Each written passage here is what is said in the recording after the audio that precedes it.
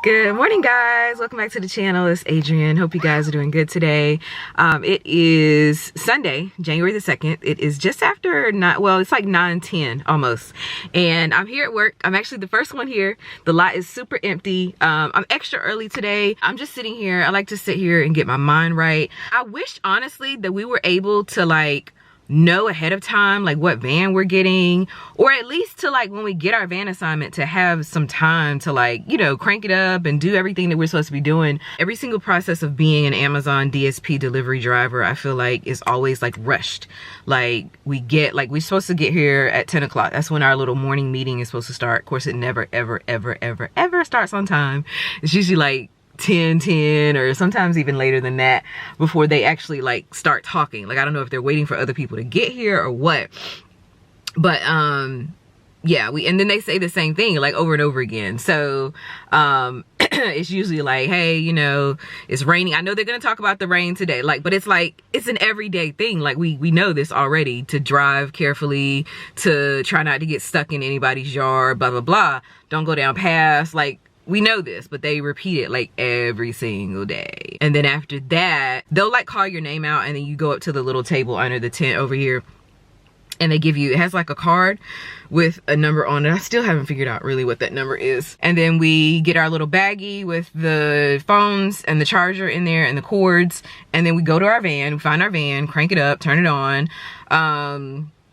You're supposed to do a walk around inspection, but our inspection is just basically clicking yes to everything in the phone. You should definitely look around your van just to make sure that there isn't anything, your backup camera is there's no mirrors or whatever busted, things like that. A lot of the vans, almost every van that I've driven, there's always the little what is it called, the air pressure thing is always on, but they just tell us to ignore that. I was, every day when I first started, I was saying, hey, the van's got this thing on, or this light is on, and they're just don't worry about it, it does that, blah blah blah. So whatever. On one phone you turn on Mentor. The way that I was taught was that you put Mentor on the newer phone, and then you put it on silent, and you put it on do not disturb, and then you sit it in the crease in the seat. I'll show you. So right here, so this is my chair, right? So you're gonna put the phone in here. Here, I'll show you with my phone,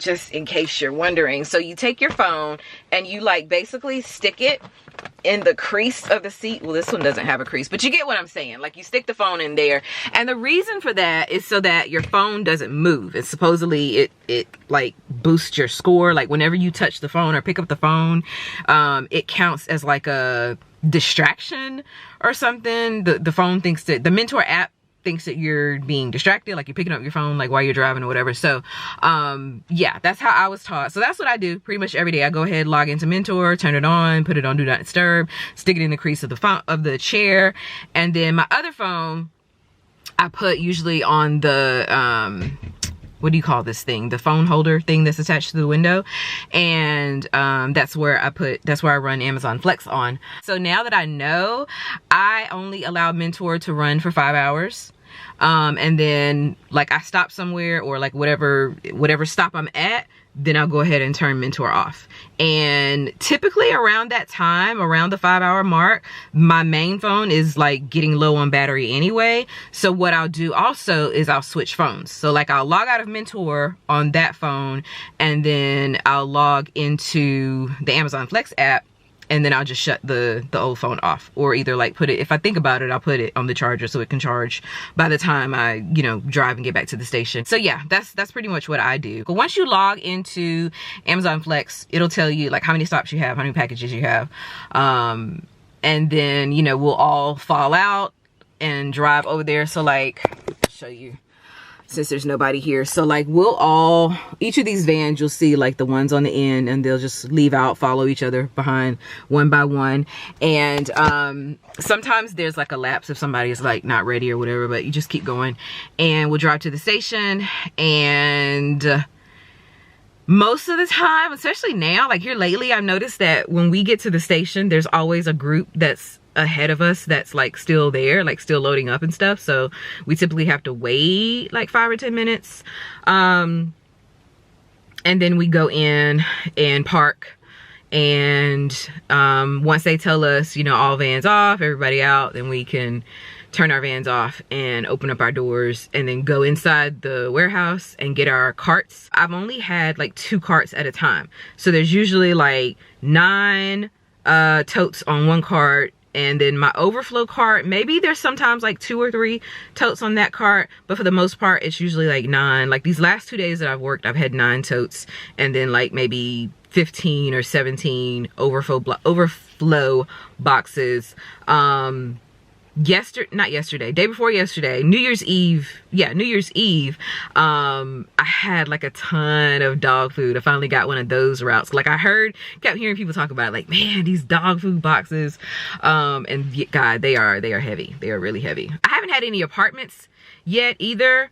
There was one day that they asked me, they were going around asking people if they wanted to stay or work, and I said I want to work, and they were initially going to give me a route that had like 300 and some packages, but it was only 100 stops, and I was like, okay. But then the dispatch lady ended up changing her mind, and she gave me a different route, had me switch to someone else.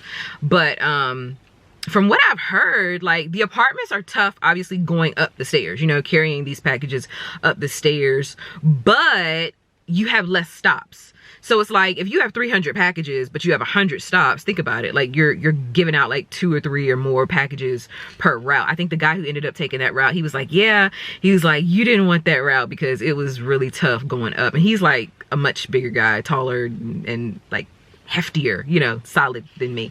But, and he works out. He already talks about how he runs and stuff every day and whatnot. So, there was one, he said one of his totes, like the whole tote went to like one house. But I know eventually I'm gonna have to do apartments. So we'll see. I'm curious. Like I've never, I would love to see, well, I won't say I would love to see, but I would like to see how I would do in like an apartment situation, because I've never been in that before. I kind of wish that I would have had that like during the training period. Like I feel like that would be good for you to experience all these different things. Like I've been stuck in the country like since I started pretty much. So yeah, anyway, look, I have my bag. I'll show you. My bag of vitamin water in here. I just keep this in my van, and then every day I usually grab like 1 or maybe 2, and then I get water from the station. I'm feeling really pep today. I haven't eaten anything, but yeah, for whatever reason, I felt like leaving the house early and getting here. I like having like quiet time. Like sometimes it's not always quiet at my house. Like I have my, you know, my kids, both of the kids are home right now, so I don't know, it's just always noise, you know what I mean? Whether it's talking or hearing the kids talking to their friends, or hearing them like Gabriel game with his friends or whatever, or them talking back and forth to each other. I like quiet. I like peace and quiet. So this is like my peace and quiet time. I'll check back in later once I get my load. All right, y'all, if I don't do this, I'm never gonna get it done. I'm actually going down a really long path right now, so I'm going super slow. But anyway, I have 140 packages. Well, I've actually gone through my first bag already. I'm on my second bag now, almost finished with that.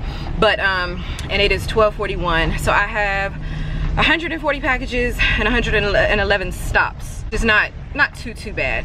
So yeah, I am gonna let this vehicle go by. But yeah, it's a pretty okay day.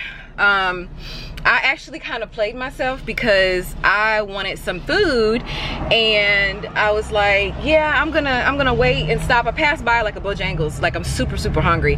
Passed by a Bojangles, and I was like, yeah, I'm just gonna stop and go somewhere closer to my route. Y'all, nothing out here, nothing but sticks. So in any case, I'm gonna use that as a little motivation to finish this route as quickly as possible. But yeah, I am hungry. I'm like really hungry, and I have my mouth set on a nice biscuit this morning, thick juicy biscuit, but it is what it is. I'm not gonna worry about it. I am just gonna try to work as fast as I can today, and use that hunger as my motivation. The other thing that I'm happy about today is the fact that the bags, the totes, are like almost empty. Like there is like a little bit. Normally the totes are like stuffed full of boxes and packages, but there's like not much in there, so that's a good thing as well. All right, y'all, so I'm taking a little impromptu break. I saw a little gas station. It's actually the first gas station that I stopped at my very first day when I did my ride along, and I saw they were open, and I'm like starving, so I got this little Texas cinnamon roll, and I also got Snickers brownie, just some sugar to like keep me going for right now, because I have 3 totes left. I don't know if you can see it. Yeah, I have 3 totes left, and then actually 2 big boxes. There's one right there you can see, and there's one like behind that last tote. But yeah, doing okay. I'm just ready to go. Like I'm ready to get some like actual food, real food in me. But yeah, I'm gonna nibble on this, and then I'm just gonna keep going. All right, y'all, so I made it back. I actually finished today around 6:20, and then I had like a 50-minute drive back to Durham, to the station.